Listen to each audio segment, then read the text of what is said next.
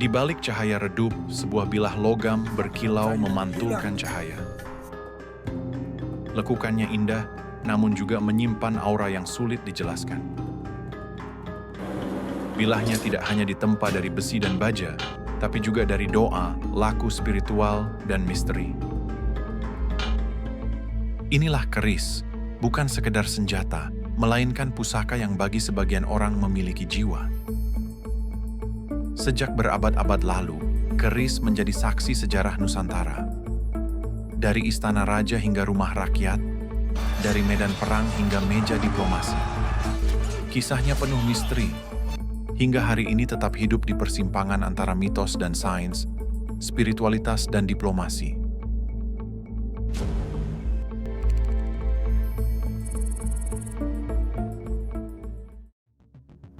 Sejarah keris tidak bisa dipisahkan dari perjalanan panjang peradaban Nusantara. Jejak awalnya dapat dilacak sejak abad ke-9 melalui relief candi-candi Jawa kuno. Di dinding Candi Prambanan dan Borobudur, terlihat sosok-sosok prajurit membawa senjata berbentuk bilah pendek menyerupai keris awal. Namun, keris bukan sekedar senjata biasa, tetapi berkembang menjadi ikon kebesaran kerajaan-kerajaan besar Nusantara. Pada era Singasari dan Majapahit, antara abad ke-13 hingga 15, keris mencapai puncak kejayaan. Di istana, keris menjadi lambang status. Semakin indah pamor dan rumit ukirannya, semakin tinggi kedudukan pemiliknya. Di medan perang, keris berfungsi sebagai senjata jarak dekat, dipakai saat pertarungan sudah begitu rapat hingga tombak dan pedang tak lagi berguna. Beberapa sejarah juga mengaitkan keris pusaka, yang diyakini memiliki kekuatan supranatural. Nama keris Empu Gandring melegenda sebagai pusaka terkutuk, yang dikisahkan akan merenggut 7 nyawa dari pemiliknya. Keris Kiai Sengkelat dipercaya membawa wibawa besar bagi penguasa Mataram. Kisah-kisah ini melahirkan keyakinan bahwa keris bukan benda mati, melainkan pusaka yang memiliki isi, jiwa, atau tuah. Bagi sebagian orang, tuah keris bisa mendatangkan rezeki, melindungi dari bahaya, atau memberi keberanian dalam peperangan. Namun, ada pula keyakinan bahwa keris bisa menjadi bumerang. Jika tidak dirawat atau dilanggar pantangannya, keris dipercaya membawa kutukan, membuat pemiliknya jatuh sakit, kehilangan wibawa, bahkan ditimpa bencana. Keris juga melangkah lebih jauh dari urusan perang dan spiritualitas. Ia hadir dalam diplomasi. Para raja dan sultan Nusantara kerap menghadiahkan keris kepada duta asing atau penguasa lain sebagai tanda kehormatan. Dalam satu bilah keris, tersimpan pesan persahabatan, penghormatan, sekaligus identitas budaya bangsa. Memasuki abad ke-16, kedatangan bangsa Eropa mengubah sejarah Nusantara. Belanda, yang kemudian menguasai sebagian besar wilayah kepulauan, tak hanya mengejar rempah, tetapi juga membawa pulang warisan budaya yang tak ternilai, termasuk keris. Bagi orang Nusantara, keris adalah pusaka, lambang kehormatan, kekuasaan, dan spiritualitas. Namun di mata kolonial, keris dilihat sebagai barang eksotis, koleksi antik, bahkan objek dagang. Catatan sejarah menunjukkan banyak keris pusaka kerajaan dirampas setelah kekalahan politik atau perang. Ketika Kesultanan Mataram terpecah, sejumlah keris pusaka berharga jatuh ke tangan VOC. Pada masa Perang Jawa di abad ke-19, keris-keris milik para bangsawan dan panglima yang ditangkap sering disita, lalu dibawa ke Eropa. Keris yang dulunya diselimuti doa dan ritual, diubah statusnya menjadi barang koleksi, dipamerkan di ruang tamu pejabat atau disimpan di Museum Kerajaan Belanda. Hingga kini, ratusan keris Nusantara masih tersimpan di museum-museum Eropa, Leiden, Amsterdam, bahkan koleksi pribadi keluarga bangsawan Belanda. Setiap bilah yang terpajang di balik kaca, sejatinya menyimpan kisah panjang tentang perlawanan, penaklukan, dan hilangnya pusaka dari tanah asalnya. Keris terbagi dalam 2 garis besar. Pertama, keris lurus, tegas, sederhana. Kedua, keris berluk, dengan bilah bergelombang.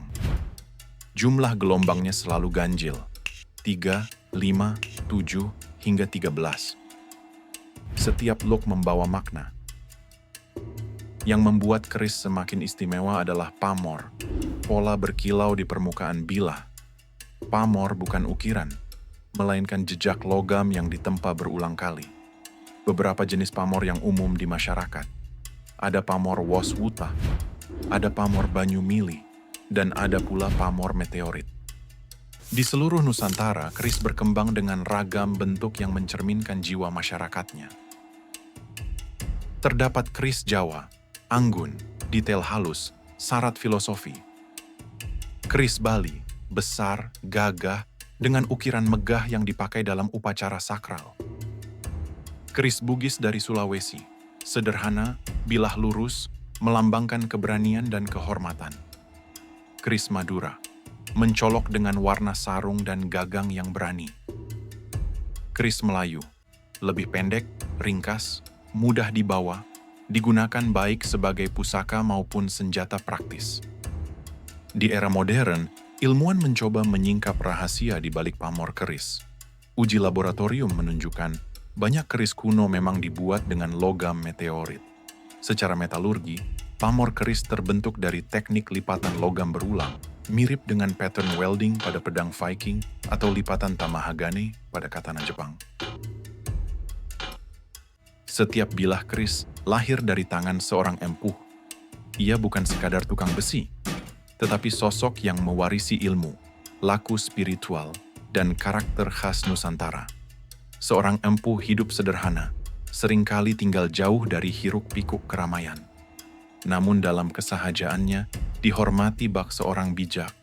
Ia bukan hanya pandai mengolah api dan logam, tetapi juga menjalani tapa, puasa, dan doa. Karena baginya, menempa keris bukan sekadar pekerjaan, melainkan pengabdian.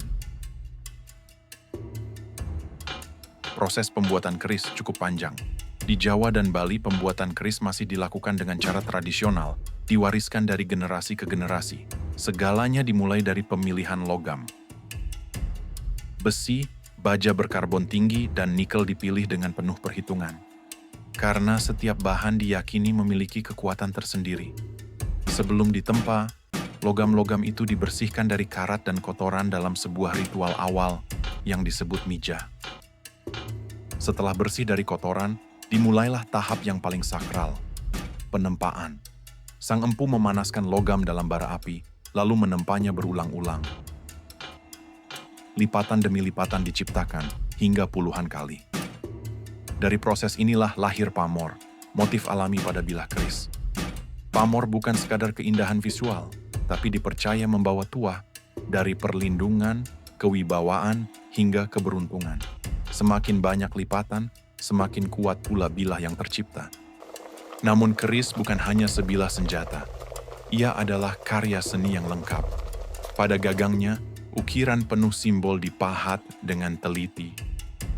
Seringkali mencerminkan status, kepercayaan, atau filosofi pemiliknya. Sementara sarungnya, atau warangka, dibuat bukan hanya untuk melindungi bilah, tetapi juga memperindah penampilan. Proses terakhir adalah penyempurnaan. Bilah diasah hingga tajam, lalu direndam dalam larutan khusus yang menghidupkan motif pamor. Saat itulah bilah keris memancarkan kilau khas, seolah menyimpan energi yang tak terlihat. Bagi masyarakat Jawa dan Bali, setiap keris bukanlah benda mati. Ia diyakini memiliki roh, karakter, dan kepribadian. Dan semua itu lahir dari tangan seorang empu yang tak sekadar menempa logam, tapi juga merajut misteri dan doa di setiap lipatannya. Di abad modern, keris tak lagi digunakan untuk berperang, namun nilainya tidak berkurang. Pada tahun 2005, UNESCO menetapkan keris sebagai Masterpiece of the Oral and Intangible Heritage of Humanity. Pengakuan ini menegaskan, keris adalah warisan dunia, bukan hanya milik Indonesia, tetapi juga peradaban manusia.